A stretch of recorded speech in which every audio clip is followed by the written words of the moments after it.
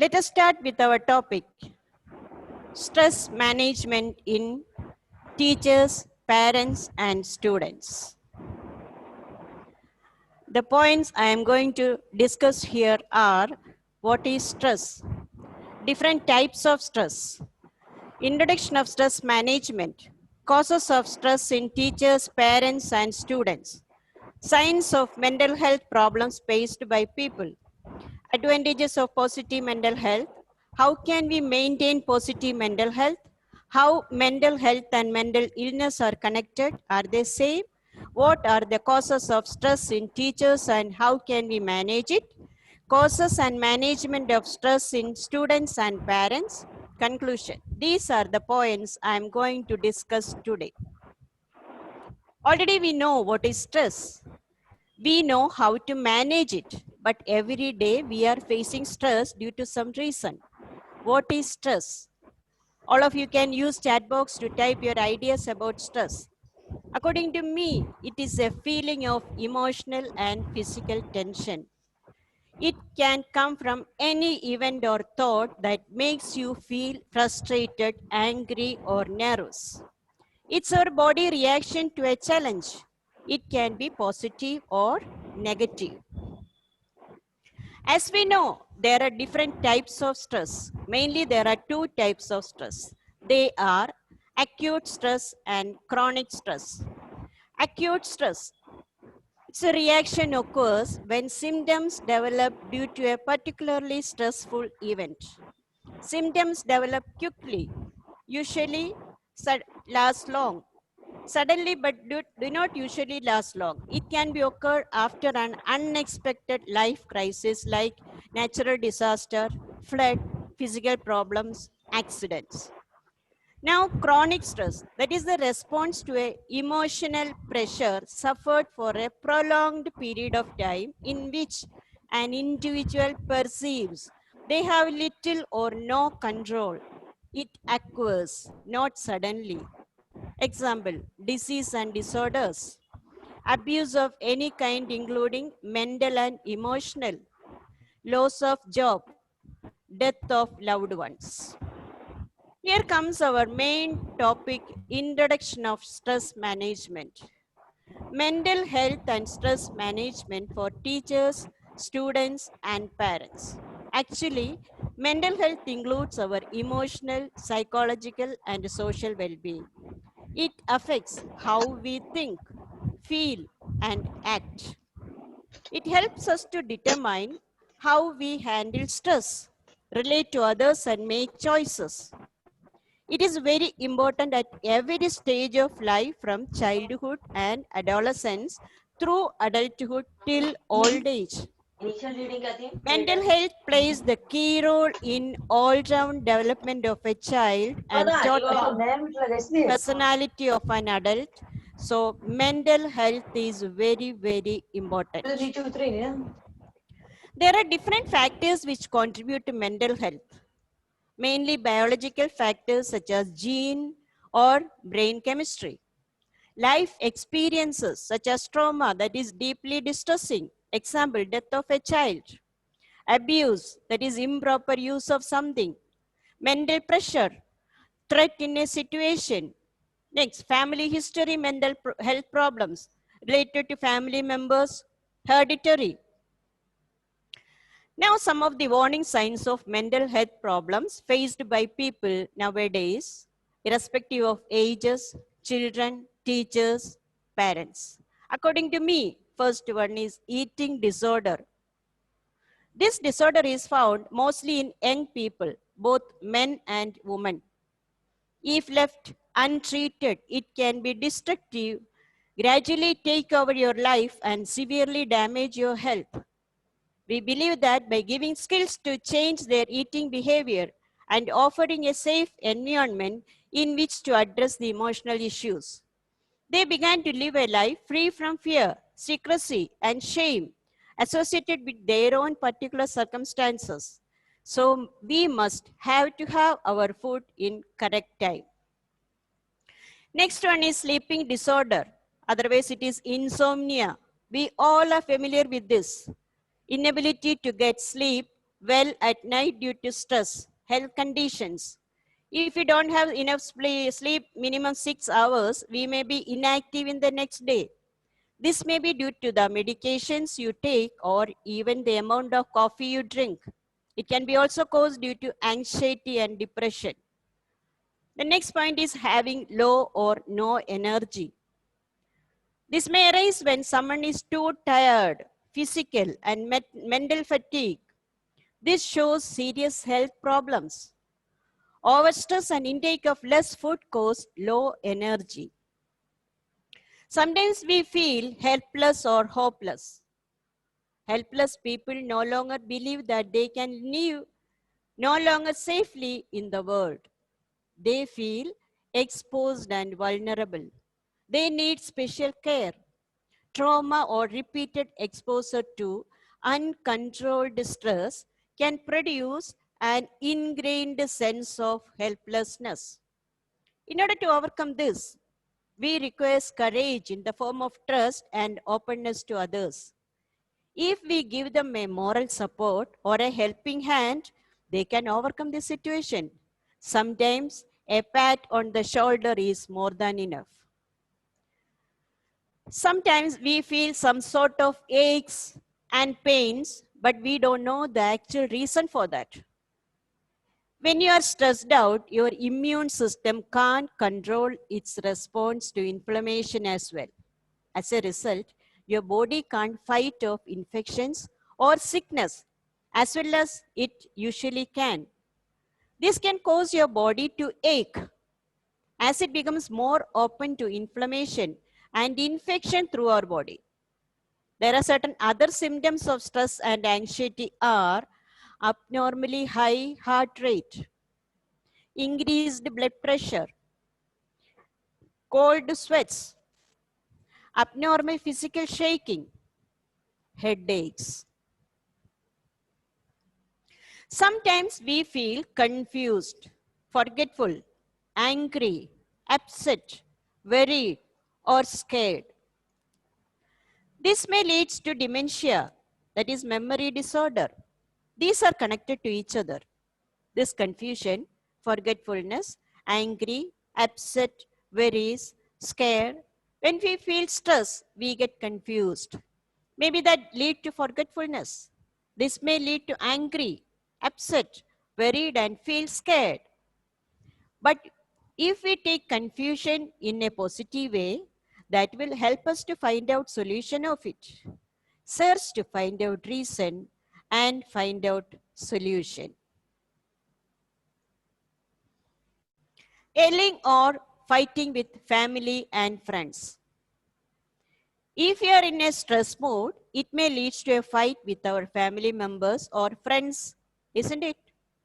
It can happen in reverse mode also.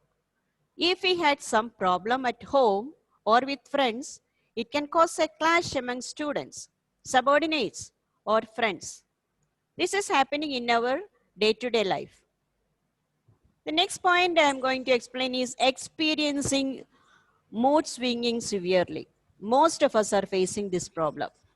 When we feel sad or stressed, our mood changes.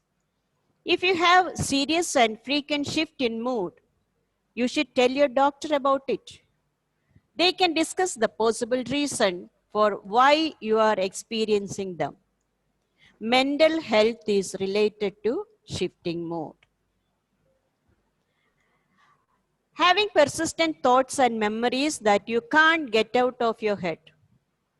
Anxiety causes stuck thoughts because of 3 reasons.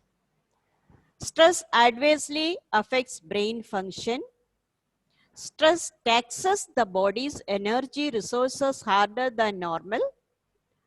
Stress can impact and significantly reduce quality of sleep, leaving you tired. So stress leads to anxiety causes severe effects on our thoughts. The next one is dangerous. That is thinking of harming yourself. This is a main symptom of stress.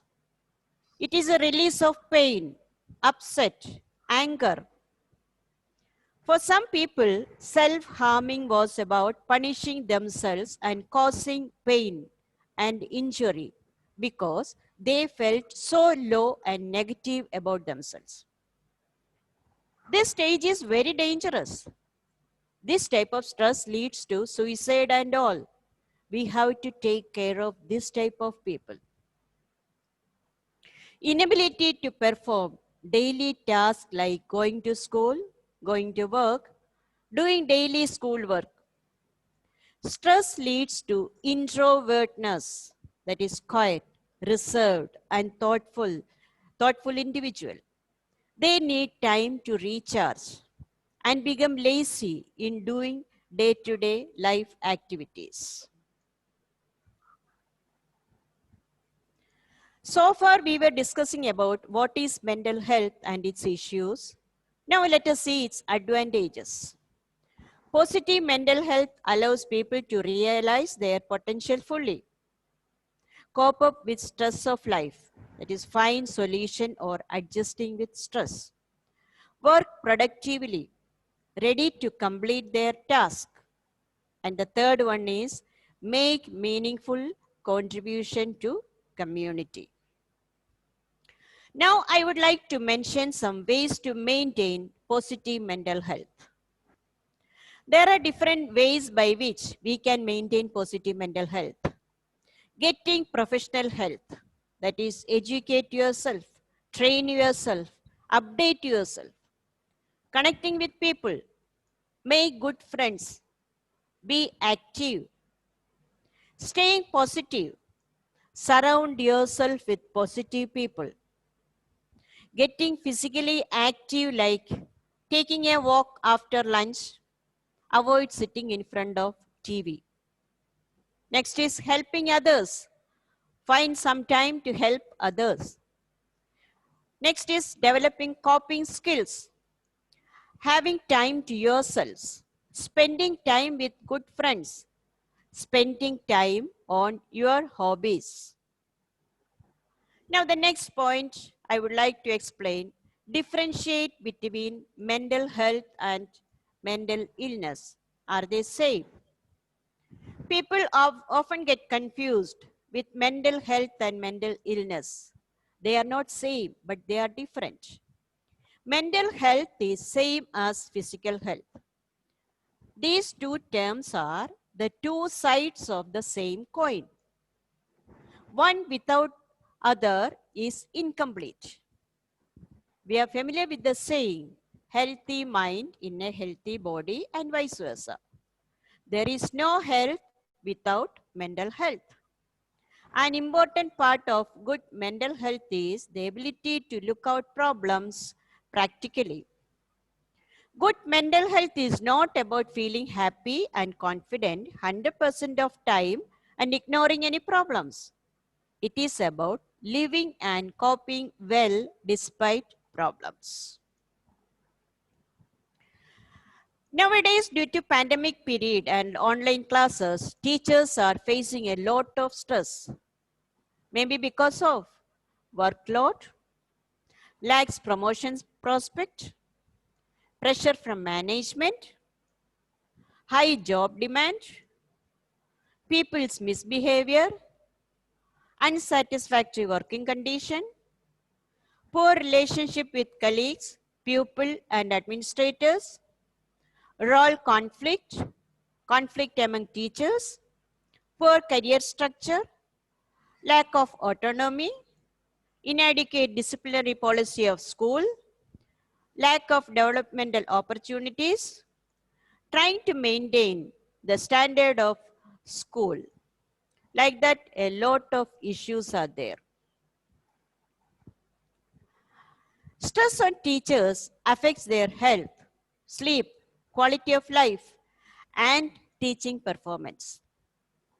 There are two main factors which causes stress on teachers, primary factors and secondary factors.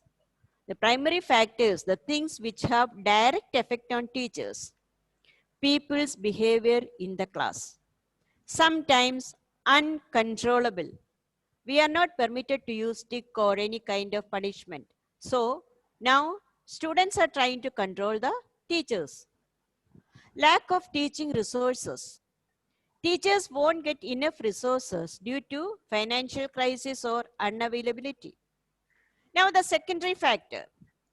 When teachers are highly stressed, students show lower levels of both social adjustment and academic performance. Now, let me tell you some of the stress reducing tips. Don't argue with reality. Try to accept and admit reality. Assess what you can influence and what you cannot. Identify your strength. Don't go after the things you can't do. Take charge of yourself via breathing, smile. Be smart always. Validate your own feelings. Accept your feelings without judgment. You always have a right to feel. Comfort yourself. Identify your opinion. Identify your potentiality, your caliber. Solve the problems. Nothing is impossible. I am possible. Meditation. Develop hobbies like reading, listening, music, cooking, dancing, gardening, so and so. One of the biggest causes of stress is the feeling of having no chance. Be and assess what you can do when there is no chance. Talk it through. Eat healthily. Go outside. Obtain social support. Express gratitude. Sleep. Cut out things that add stress. Walk away from school atmosphere. Rejuvenate yourself. Release your anxiety or frustration. Ease your muscles. Fill your brain with extra oxygen. You cannot change the situation, but you can change the way we perceive it. Be the master of your thoughts and feelings. Be real and acknowledge the reality. Acknowledge what is true for you and then choose to take steps to make healthy change. Serve your heart, listen to your body, and remember to breathe. If teachers learn to cope with stress or manage stress, they can stretch their hands towards children to uplift them from the stress they are facing, which is the greatest problem. Now, some of the causes and management of stress in children and parents. Parents having problem. Parents that display signs of stress, whether it is related to their marriage, finance, job, or something else, could unknowingly put stress on their children. Fight with a friend or a sibling. Stress can be caused after fight with a friend. The third one is taking a test. A lot of academic pressure is put on kids in these days. Taking an important test would cause your child stress and may even manifest physically in symptoms like stomachache, headaches. We know children show symptoms of stomachache or headache at the time of exam, but after the exam they are perfectly all right. Next, wondering if someone thinks you are attractive. It is important to discuss self-image and self-esteem with your child. While it is most common for teens to be stressed about their looks, it can happen to kinds of all ages. So just tell them you are smart, attractive, handsome, beautiful, bold, good at work. So motivate them. It creates self-confidence in children, not only in children, but also in adults too. Even though we are not attractive, if someone tells us you are beautiful, it naturally increases our confidence, isn't it? Now, next, not having enough privacy. When parents over control their children and do not give their kids enough independence. The next point is birth of of a brother or sister. When center of attraction is diverted to younger siblings, stress is developed. Now, moving to a school, shifting one place to another causes greater stress on kids since their habitat is changed. Now, remarriage of parent, not having enough money, a teacher who doesn't like a child, teenage presence like bullying, teasing, etc. So now how to help children cope with stress? Help children identify stresses and teach them ways of coping with them. Talk with them, identify their stress and help them to come out of that. Follow a strict policy against punishment, either verbal or physical. Avoid punishment and make them understand. Recognize instances of bullying and care for the children involved. Find out why they are being teased. Care them. Doctors' help is needed when shows signs of withdrawal, depression, or unhappiness. Displaying excessive emotional outbursts such as fear or rage or become violent, on doing badly in school or simply refusing to interact with people. They wanted to sit alone. Stress on children directly influences the parents. Its impact on them is not measurable, which creates direct or indirect dreadful effect on children. This pandemic period has created a lot of negative effects on children. If we think deeply on it, we can enumerate the reasons. Lack of outdoor games, lack of interaction with the friends or same age group children, fear created on overhearing from parents, influence of media or media effect, lack of outings, online classes, too much activities, homeworks, etc. There are a number of reasons for the stress that is created on parents, like personal, professional, economic, social, and emotional problems. The ultimate effect victims of these are parents who are forced to put too much stress on children and their teachers. Since there is no personal contact or eye-to-eye connection with the children, parents are unable to cope with many of the problems. They are answerless to such situation as it is unprecedented and uncontrollable situations faced by all.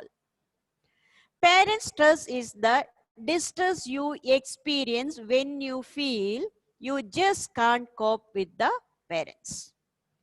The demand placed on you are too high, but you don't have resources to meet them. They expect more than their child's potential and absorbing capacity. Expectation of output exceeds input, creates stress in teachers, students, and parents. Stress on parents has an adverse impact on children. It affects the teachers directly or indirectly. It has impact on students. Teachers to parent, parent to teachers, teachers to students, students to teachers, students to parent, parents to students. Like this cycle will go on until and unless we treat and cure this dreadful cancer that is stress which eats our life. One of the main topics discussed and talked about today is stress management.